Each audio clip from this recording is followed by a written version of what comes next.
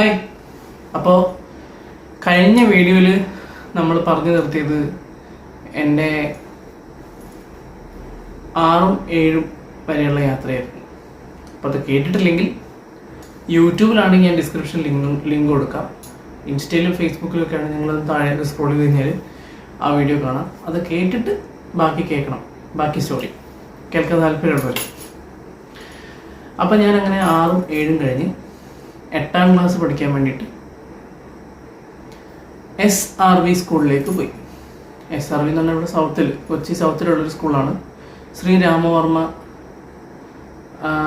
എന്ന അതിൻ്റെ full form അങ്ങനെയാണ്. അങ്ങനെ അത് ബോയ്സ് ഓൺലി സ്കൂളായിരുന്നു.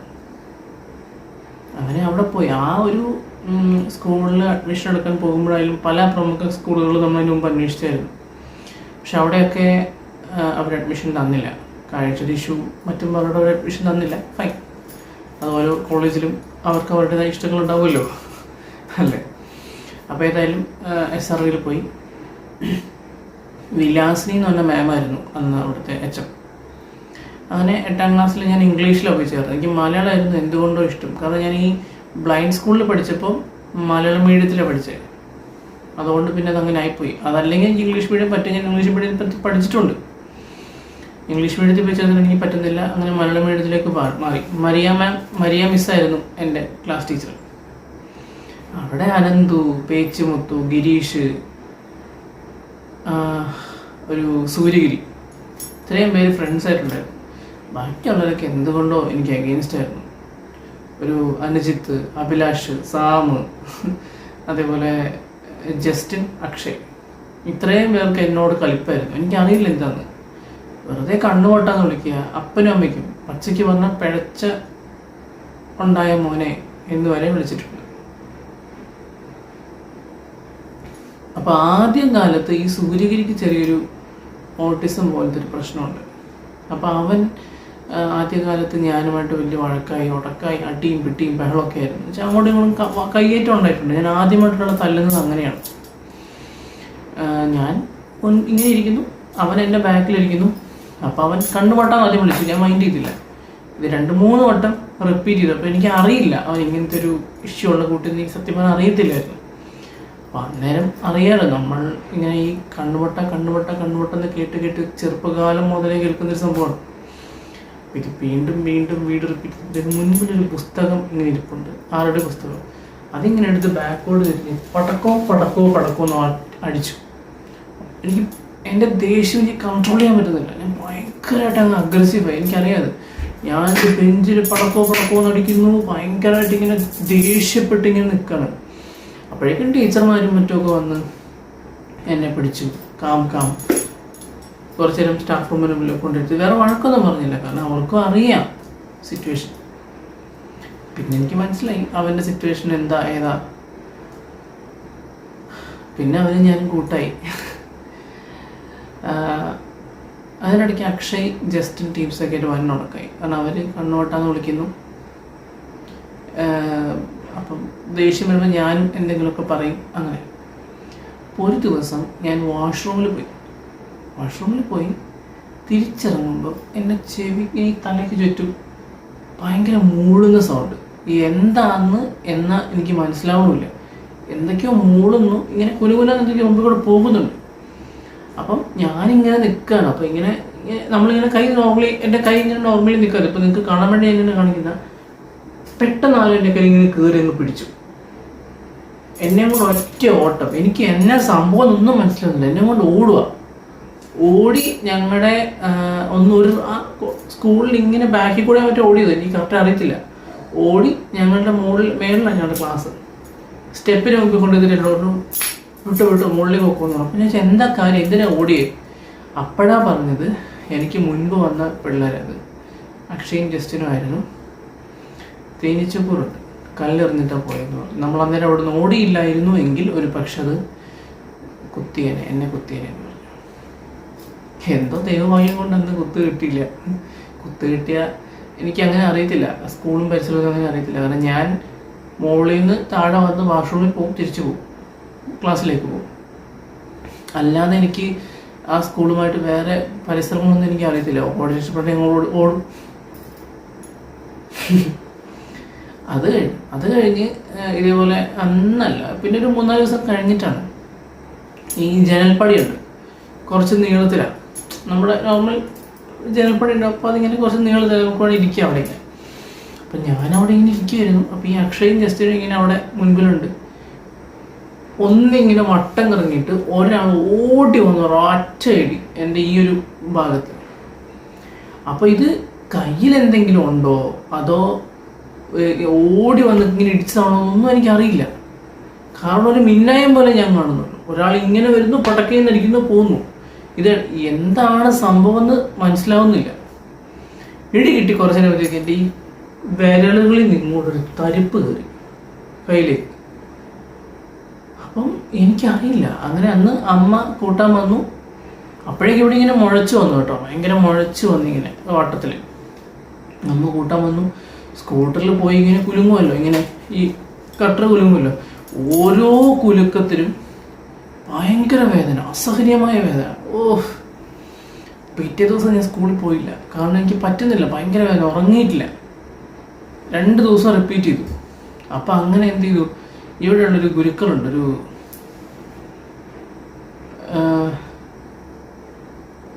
മോഹൻ വൈദ്യൻ എന്ന് പറയും, കളരി ഗുരുക്കള. അങ്ങേരെടുത്ത് കൊണ്ടുപോയി കഴിഞ്ഞ് അവിടെ നിന്ന് പിന്നെ പുള്ളിക്കാരൻ ഇങ്ങനെ തിരുമ്മി പിടിച്ചിട്ട് അപ്പോഴും വേദന കുറയുന്നില്ല. അങ്ങനെ ലാസ്റ്റ് PVS ഹോസ്പിറ്റൽ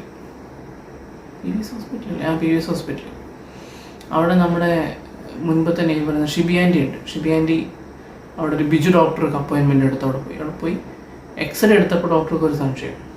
അപ്പോൾ ഈ കയ്യിലിങ്ങനെ ഈ റിസ്റ്റ് എനിക്കിപ്പോഴും ഉണ്ട്, 2 റിസ്റ്റിലും എന്തോ വെയിറ്റ് ഇങ്ങനെ കെട്ടി തൂക്കിയിട്ടിട്ട് പിന്നെ ഒന്ന് എക്സ്റേ എടുത്ത് അപ്പോൾ പറഞ്ഞു, അതായത് ലിഗമെൻറ്റ് പൊട്ടി ഇച്ചിരി ഗ്യാപ്പിൽ ഇങ്ങനെ വന്നിട്ടുണ്ട്.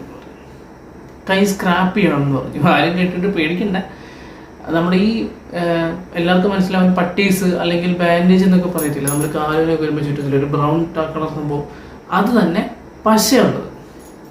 അപ്പോൾ കൈ ഇങ്ങനെ വന്ന് ഇത് ഇങ്ങനെ ഇച്ചിരി മുകളിൽ ഇങ്ങനെ പൊക്കി ഇവിടുന്ന് ഇങ്ങനെ പ്ലാസ്റ്റർ ചെയ്ത് ഇവിടെ വന്ന് ഈ ഇവിടെ ഇങ്ങനെ കവർ ചെയ്ത് അങ്ങനെ ഇരിക്കും, ഇങ്ങനെ ഇരിക്കും, അത് കൈ ഇങ്ങനെ ഇരിക്കും. പിന്നെ അങ്ങനെ 3.5 മാസമോ 4.5 മാസമാണോ അങ്ങനെ ഇരുന്നു. അപ്പോൾ ഈ സമയത്താണ് 8-ന് 9-നുള്ള എക്സാം. എൻ്റേതല്ലാത്ത കാരണത്താൽ സംഭവിച്ചായതുകൊണ്ടും ജയിപ്പിച്ചു വിട്ടു. അപ്പോൾ ഈ രസം എന്താണെന്ന് വെച്ച് കഴിഞ്ഞാൽ ഈ അക്ഷയും ജസ്റ്റിനാണ് ഇത് ചെയ്തതെന്ന് വിത്ത് ഫോട്ടോ, എക്സ്റേ, എൻ്റെ ഫോട്ടോ എല്ലാം കൂടെ ആയിട്ട് അമ്മ പോയി ആ വിലാസിൻ എന്ന് പറഞ്ഞ മാമിനെ പോയി കണ്ടു. അതിൻ്റെ ഈ വിലാസിൻ എന്ന് പറഞ്ഞ മാമിനെ പോയി കണ്ടിട്ട് പുള്ളിക്കാരിയോട് കാര്യം പറഞ്ഞപ്പോൾ പുള്ളിക്കാരി എന്ത് ചെയ്തു, സിമ്പിളായിട്ട് ഒരു ശിക്ഷയും അവർക്ക് കൊടുത്തില്ല. എന്താ കാരണം എന്ന് എനിക്ക് ഇന്നും അറിയത്തില്ല. ഒരു ചോദ്യമാണ്. വൈ, എന്തുകൊണ്ട് എന്നുള്ളതൊരു ചോദ്യമാണ്. അറിയില്ല, ഇന്നും അറിയില്ല എനിക്ക് എന്തുകൊണ്ടെന്ന് അറിയില്ല. അങ്ങനെ അവിടുന്ന് ഞാൻ ലൈഫിൽ പ്രധാനപ്പെട്ട കാര്യങ്ങൾ മാത്രമേ പറഞ്ഞുള്ളൂ. ഇതൊക്കെ ഭയങ്കര ഇമ്പോർട്ടൻ്റ് ആയതുകൊണ്ടാണ് ഫുൾ കവർ ചെയ്തത്. അങ്ങനെ അവിടുന്ന് 9ാം ക്ലാസ് സ്കിപ്പ് ചെയ്തു. കാരണം ഇവരുടെ ശല്യം എനിക്ക് പറ്റുന്നില്ല. ഇവർ ദേഹോപദ്രവം പിന്നെ ഏൽപ്പിക്കാൻ വന്നിട്ടെന്ന് പറഞ്ഞു കഴിഞ്ഞാൽ അതിൻ്റെ ഒരു കാരണം ഇത് കഴിഞ്ഞു. ഈ കൈയുടെ സംഭവം എല്ലാം കഴിഞ്ഞ് റെസ്റ്റെല്ലാം കഴിഞ്ഞ് ഞാൻ പോകുന്ന ഈ മെഡിക്കൽ സർട്ടിഫിക്കറ്റ് ഉണ്ടായിരുന്നു. അപ്പം അത് ഇങ്ങനെ മടക്കി പോക്കറ്റിൽ ഇങ്ങനെ വെച്ചിട്ടുണ്ട്, ഇച്ചിരി ഇങ്ങനെ പൊങ്ങി നിൽപ്പുണ്ട്. അപ്പം ജസ്റ്റ് എന്ത് ചെയ്തു, വലിച്ചിങ് എടുത്തു. അപ്പം എൻ്റെ ഓപ്പോസിറ്റ് സൈഡിൽ ബെഞ്ചിലിരിക്കുന്നത്. അപ്പം ഇങ്ങനെ ചുരുട്ടി. അപ്പം ഞാൻ പറഞ്ഞു ചുരുട്ടല്ലേ പ്ലീസ് എന്നൊക്കെ പറഞ്ഞ് കുറേ പറഞ്ഞു. ആര് കേൾക്കാൻ. ലാസ്റ്റ് സഹി കേട്ടിട്ട് ജസ്റ്റിൻ്റെ തലയുടെ പുറകിൽ ഇങ്ങനെ പിടിച്ചു. ഇങ്ങനെ ഈ ബെഞ്ചിലേക്ക് ഇങ്ങനെ താഴ്ത്തിയിട്ട് ഈ കൈ കൊണ്ട് ഈ പുറത്തിനിട്ട് ഇങ്ങനെ പടക്കവും 2 കൊടുത്തു. ഞാൻ തള്ളുന്നതല്ല കേട്ടോ, സത്യമായിട്ടുള്ളതുപോലെ പറയണതാണ്. അപ്പോഴേക്കും ഞാൻ തിരിച്ച് കിട്ടും തന്നെയായിരുന്നു എൻ്റെ പ്രതീക്ഷ. ഇപ്പം കിട്ടും എന്ത് പ്രതീക്ഷിച്ചതിൻ്റെ ഇത് കിട്ടിയാൽ എന്താവുന്നിട്ട് എനിക്ക് അറിയത്തില്ല. നേരത്തെ ദേഷ്യത്തിലേക്ക് മറ്റു ഇതൊരു പേപ്പർ തിരിച്ച് കിട്ടി. പിന്നെ ഈ പറഞ്ഞില്ലേ, ഇവന്മാർക്ക് ഭയങ്കര അഗ്രസീവാണ് ഇവർ. എങ്ങനെയെങ്കിലും എന്നെ എന്തെങ്കിലും ചെയ്യണം എന്നുള്ളൊരു മൈൻഡ് സെറ്റായിരുന്നു. എന്നാലും അവിടുന്ന് ഞാൻ മാറി 9ാം ക്ലാസ് സ്കിപ്പ് ചെയ്തു. പിന്നെ നമ്മൾ പോയി സ്മൃതി സ്പെഷ്യൽ സ്കൂളിനെ പറ്റി അറിഞ്ഞു. അത് എന്താ പറയുക, എങ്ങനെയാണത് അറിഞ്ഞതെന്ന് എനിക്കറിയില്ല. അച്ഛനും അമ്മയാണത് കണ്ടുപിടിച്ചത്. അവിടെ ഞങ്ങൾ ആദ്യം പോയി. അവിടെ ഹിന്ദു ടീച്ചറായിരുന്നു, ഇപ്പോഴും ആണ് ഹെഡ് മിസ്ട്രസ്. അന്നത് കല്ലൂരായിരുന്നു. അപ്പം ടീച്ചറും പിന്നെ ബിന്ദു ടീച്ചർ, ഷാൻസി ടീച്ചർ, അങ്ങനെ കുറേ ടീച്ചർമാരുണ്ട്. നമ്മളെ സ്നേഹിക്കുന്ന, നമ്മളെ സ്വന്തം മക്കളെ പോലെ സ്നേഹിക്കുന്ന ടീച്ചർമാരാണ്. അപ്പോൾ അവരെ കണ്ടു, അവരോടൊക്കെ സംസാരിച്ചു. ഭയങ്കര സന്തോഷം. അവിടെ പോകാൻ തുടങ്ങിയപ്പോഴത്തേക്ക് ഇപ്പോൾ ബ്ലൈൻഡ് സ്കൂളിൽ പോയ അതേ ഒരു ഹാപ്പിനെസ് എനിക്ക് കിട്ടി. ഇപ്പോഴും അവിടുത്തെ ഫ്രണ്ട്സായിട്ട് കണക്ഷൻ ഉണ്ട്. അടുത്തിടയ്ക്ക് ഞാനവിടെ പോയായിരുന്നു. പക്ഷെ ഞാൻ വ്ളോഗിൽ അത്ര ആക്റ്റീവ് അല്ലാത്തതുകൊണ്ട് ഞാൻ അന്നേരം ഷൂട്ട് ചെയ്തില്ല എന്ന് മാത്രം. പക്ഷെ അവിടുത്തെ പ്രസംഗം എവിടെയോ നമ്മുടെ ചാനൽ കിടപ്പുണ്ടെന്ന് തോന്നുന്നു, ഞാൻ ഇട്ടിട്ടുണ്ട്. ഒരു സ്പീച്ചിൽ എന്നെ വിളിച്ച് ഞാൻ പോയായിരുന്നു. ഇപ്പോഴും അവരെ കേട്ടിട്ട് കണക്ഷൻ ഉണ്ടെന്ന് ഞാൻ പറഞ്ഞതാണ്. അപ്പം ഭയങ്കര ഹാപ്പി ആയിരുന്നു. അപ്പം അന്ന് യോഗ, ഡാൻസ് ഇതൊക്കെ ചെയ്യിപ്പിക്കുമായിരുന്നു. ഭയങ്കര സന്തോഷമായിരുന്നു നമുക്ക്. അപ്പം ഒരു സാറ്, ഞാൻ അദ്ദേഹത്തിൻ്റെ പേര് പറയുന്നില്ല, കാരണം അദ്ദേഹം ഇപ്പം മരിച്ചുപോയി. ഒരു അസുഖം വന്ന് അദ്ദേഹം മരിച്ചുപോയി. സോ പേര് പറയുന്നില്ല, കുറ്റമായിട്ട് പറയുന്നതല്ല, എന്തുകൊണ്ടോ അങ്ങനെ സംഭവിച്ചു പോയി, പോട്ടെ. അപ്പോൾ എന്തായാലും യോഗയ്ക്കിടയിൽ നമ്മൾ നേരെ കിടന്നിട്ട് നമ്മുടെ ഈ കാല് പൊന്തിച്ചിട്ട് ഇവിടെ ഇങ്ങനെ മുട്ടിക്കണം. നേരെ കിടന്നിട്ട് കാലിങ്ങനെ പൊന്തിച്ചിട്ട് ഇവിടെ ഇങ്ങനെ മുട്ടിക്കണം. അങ്ങനത്തെ ഒരു ആസനമുണ്ട്. അതെന്താണെന്ന് എനിക്ക് പറഞ്ഞ് തരാൻ എനിക്ക് അറിയില്ല കറക്റ്റ്. അപ്പോൾ ഈ സംഭവം ചെയ്യുന്നതിനിടയ്ക്ക് എൻ്റെ കാല് ഇത്രയേ വരുന്നുള്ളൂ. അപ്പോൾ ഈ സാർ എന്ത് ചെയ്തു, അങ്ങനെയല്ല, ഇങ്ങനെ ഒറ്റ ആക്കൽ ക്ലക്കെന്നൊരൊച്ച കേട്ടു. എനിക്കൊന്നും മനസ്സിലായില്ല. പക്ഷേ പണി കിട്ടി. ഭയങ്കര ബാക്ക് പെയിൻ. എന്ത് ചെയ്തിട്ടും ബാക്ക് പെയിൻ മാറില്ല. അന്നൊക്കെ പിന്നെ നമ്മൾ എന്നാ സംഭവിച്ചാലും ആയുർവേദത്തിലേക്കല്ലേ പോകണം. അങ്ങനെ ഈ മോഹനം ഗുരുക്കളുടെ അടുത്തേക്ക് പോയി. അപ്പം നമ്മൾ ഈ ഡ്രസ്സ് അറിയാമല്ലോ, നടു തിരുമ്പുമ്പോൾ സ്വാഭാവികമായിട്ട് നമ്മൾ ഡ്രസ്സ് ഇടില്ല, അണ്ടർവെയർ മാത്രമേ ഉണ്ടാവുള്ളൂ. അപ്പോൾ അതും മെല്ലെ ഇങ്ങനെ താഴ്ത്തിയിട്ടാവും നമ്മളിങ്ങനെ കിടക്കുക. ആദ്യത്തെ 2 ദിവസം വലിയ കുഴപ്പമുണ്ടായിരുന്നില്ല, മര്യാദയ്ക്ക് തിരുമ്പി വിട്ടു. പക്ഷേ 3ാമത്തെ ദിവസം വേണ്ടാത്തടുത്ത് കയറി തോണ്ടി. സ്ത്രീകളും കുട്ടികളും ഒക്കെ കേൾക്കുന്നുണ്ട്. ഞാൻ കാരണം സ്ഥലം പറയുന്നില്ല, മനസ്സിലായി കാണുമായിരിക്കും, മനസ്സിലാവേണ്ടവർക്ക്. അപ്പോഴേക്ക് കൂടെയുള്ള ആൾ അമ്മയുണ്ട് അപ്പുറത്ത് എന്ന് പറഞ്ഞു. കാരണം അന്ന് എൻ്റെ കസിൻ, അച്ഛൻ്റെ ചേട്ടൻ്റെ മോള് പൊന്നു ചേച്ചിയുടെ ഫ്രണ്ടും വന്നു. അപ്പോൾ അവർ 3 പേരും, അമ്മയും ആ ചേച്ചിയുടെ ഫ്രണ്ടും കൂടെ അവിടെ സംസാരിക്കുമായിരുന്നു. അപ്പോൾ അതുകൊണ്ട് അമ്മ അകത്തേക്ക് വരുമെന്നില്ല, അല്ലെ അമ്മ അവിടെ ഇരിക്കും വെറുതെ. അപ്പം എനിക്കൊന്നും ചെയ്യാൻ പറ്റില്ല, ബാക്ക് പെയിൻ അല്ല. ഞാൻ ചാടി എണീറ്റ് ഡ്രസ്സ് ഇട്ടിട്ട് ഞാൻ പുറത്തേക്ക് ഇറങ്ങിപ്പോയി. പിന്നെ ഇന്ന് വരെ ആ വഴിക്ക് പോയിട്ടില്ല. പിന്നെ നമ്മുടെ ഇതേപോലെ തന്നെ കസിൻ ഒരു കുഞ്ഞുമോൻചാനുണ്ട്, കുഞ്ഞാനങ്ങൾ അങ്കിളാണ് സീക്കോ ചേട്ടൻ എന്ന് പറഞ്ഞൊരു ആളെ പരിചയപ്പെടുന്നത്. സീക്കോ അദ്ദേഹം ഇവിടെ PC ക്രോസ് റോഡിൽ താമസിക്കുകയാണ്. പാരമ്പര്യമായിട്ട് മർമാണി വൈദ്യം ചെയ്യുന്ന ആളാണ്. ഇപ്പോൾ ഇവിടെ ഇല്ല, ബ്രസീലിലാണ്. എപ്പോഴെങ്കിലും കാണിക്കാൻ അവസരം കിട്ടിയാൽ അദ്ദേഹത്തിന് താല്പര്യം ഉണ്ടെങ്കിൽ ഞാൻ കാണിക്കാം. അങ്ങനെ അദ്ദേഹത്തിനടുത്ത് പോയി തിരുമാൻ തുടങ്ങി. MRI അദ്ദേഹം പറഞ്ഞെടുത്തു. അപ്പോൾ ഡിസ്ക് സ്ലിപ്പ് ഉണ്ടെന്ന് മനസ്സിലായി, ഡിസ്ക് ബൾജുണ്ടെന്ന് മനസ്സിലായി. ഇത്രയും വ്യത്യാസം ഉണ്ടായിരുന്നു 2 കാലുകൾ തമ്മിൽ. അപ്പം മെല്ലെ തിരുമ്പി അതങ്ങ് സെറ്റാക്കി. കാല് ശരിയായി, നടക്കാൻ തുടങ്ങി. കുറേ കാര്യങ്ങളിൽ വ്യത്യാസം വന്നു. ഞാനിപ്പോൾ ഇങ്ങനെ ഇരിക്കുന്നു, ചിരിക്കുന്നു, കളിക്കുന്നു, വെയിറ്റ് എടുക്കുന്നു, ഇതൊക്കെ ഉണ്ടെങ്കിൽ സീക്കോ ചേട്ടൻ ഒറ്റ കൈപുണ്യം കൊണ്ടെന്ന് ഞാൻ പറയും. ദൈവം കഴിഞ്ഞാൽ. ഞങ്ങൾ കുറേ സംസാരിക്കും. ചേട്ടൻ ഇങ്ങനെ തിരുമ്പെങ്കിലും കുറേ കാര്യങ്ങൾ ഇങ്ങനെ പറഞ്ഞ് ഞങ്ങളൊരു ചേട്ടൻ അനിയൻ എന്ന രീതിയിൽ ആ ഒരു റിലേഷൻ ഞങ്ങൾ വളർന്നു. ഇപ്പോഴും ഞങ്ങൾ ഭയങ്കര കൂട്ടാണ്. എന്തെങ്കിലുമൊക്കെ വേദനകളോ ബുദ്ധിമുട്ടുകളൊക്കെ വന്നാൽ ഞാൻ വേഗം ചേട്ടനോട് മെസ്സേജ് അയക്കും. അമ്മയ്ക്കായാലും എനിക്കായാലും. പുള്ളിക്കാരനപ്പോൾ അതനുസരിച്ചുള്ള റിപ്ലൈസ് തരും.